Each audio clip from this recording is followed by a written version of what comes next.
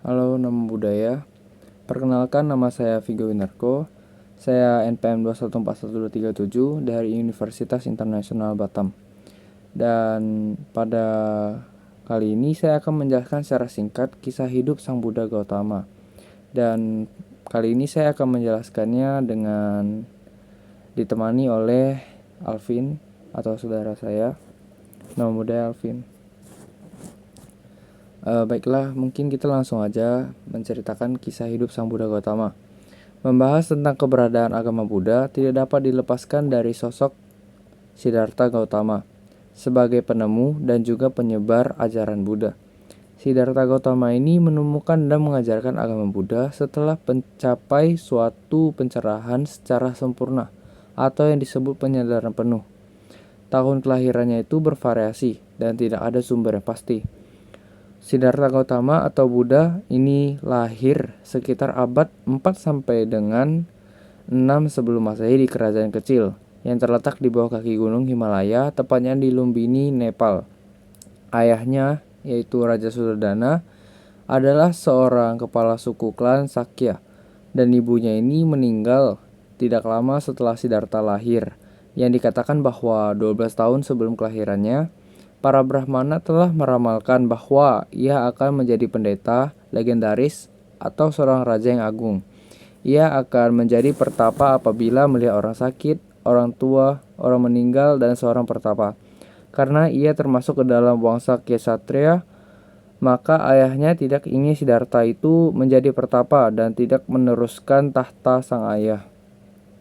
Untuk mencegahnya menjadi seorang pertapa, ayahnya itu menjaga agar Siddhartha tetap berada di dalam lingkungan istana.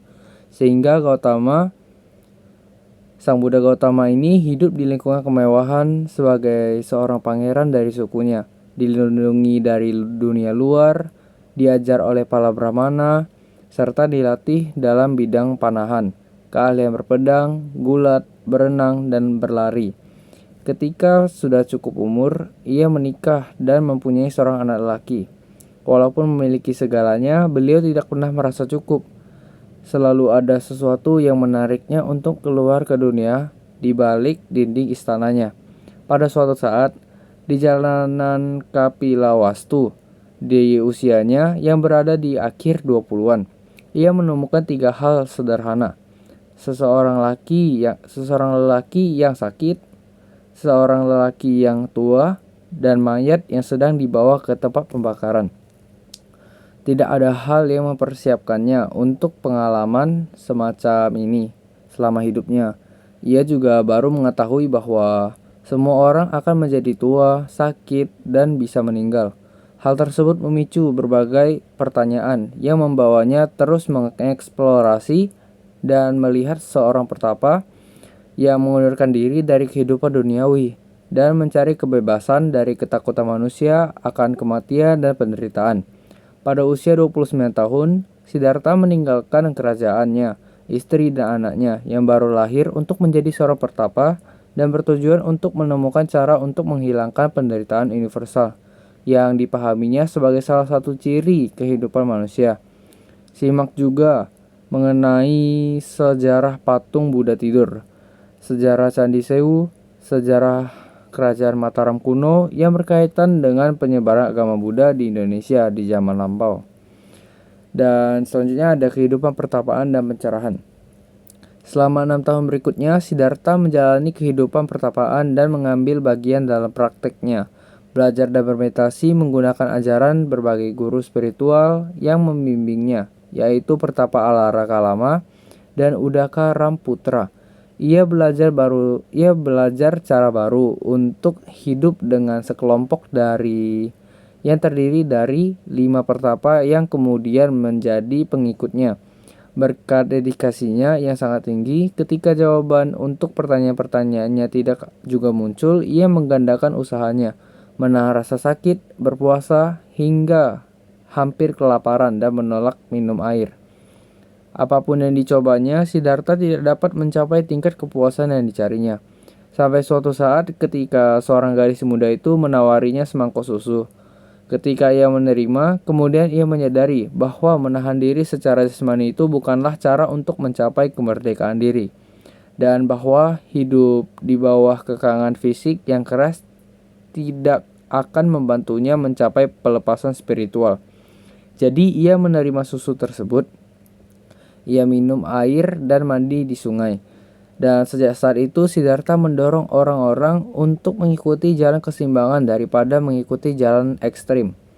Jalan tersebut dinamakannya The Middle Way, yang berkaitan dengan sejarah penyebaran agama di Indonesia. Selanjutnya ada kemunculan Sang Buddha. Sejarah Buddha Gautama ini mencapai waktunya ketika suatu malam Siddhartha duduk di bawah pohon Bodhi dan bersumpah tidak akan bangun sampai kebenaran yang dicarinya datang dan bermeditasi sampai matahari terbit di keesokan harinya. Ia juga tetap di sana selama beberapa hari untuk memurnikan pikirannya, menelaah seluruh hidupnya dan kehidupan sebelumnya di dalam pikiran.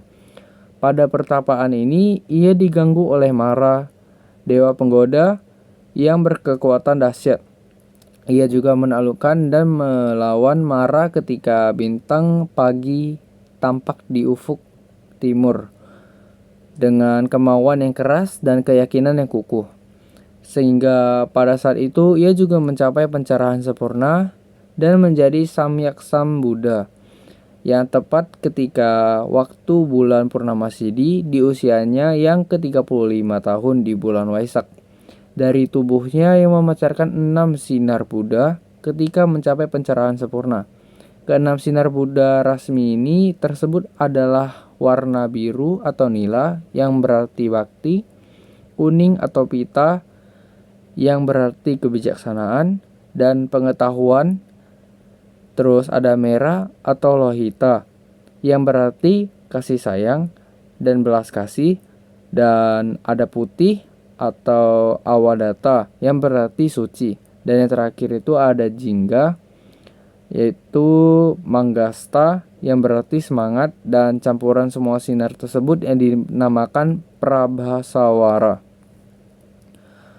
Sejarah Buddha Gautama ini kemudian mendapatkan gelar setelah mencapai pencerahan sempurna, antara lain Buddha Gautama, Sakyamuni, Tathagata yang berarti ia yang telah datang, ia yang telah pergi. Terus ada Sugata atau ia yang maha tahu, Bahagawa yang maha agung, dan masih banyak lagi gelar lainnya.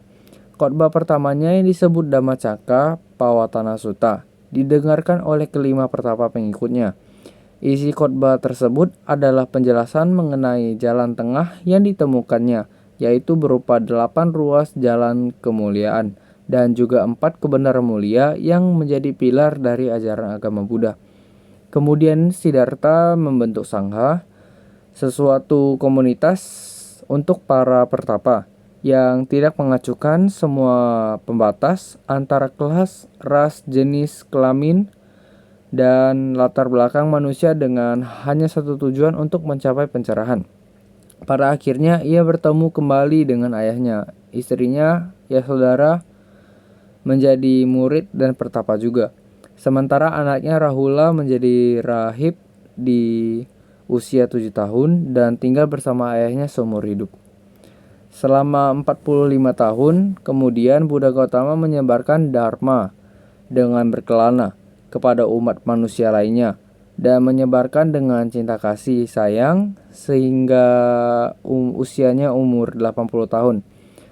Dan menyadari bahwa 3 bulan setelahnya ia akan mencapai parinibbana atau parinirwana, yaitu meninggalkan bentuk fisik tubuhnya.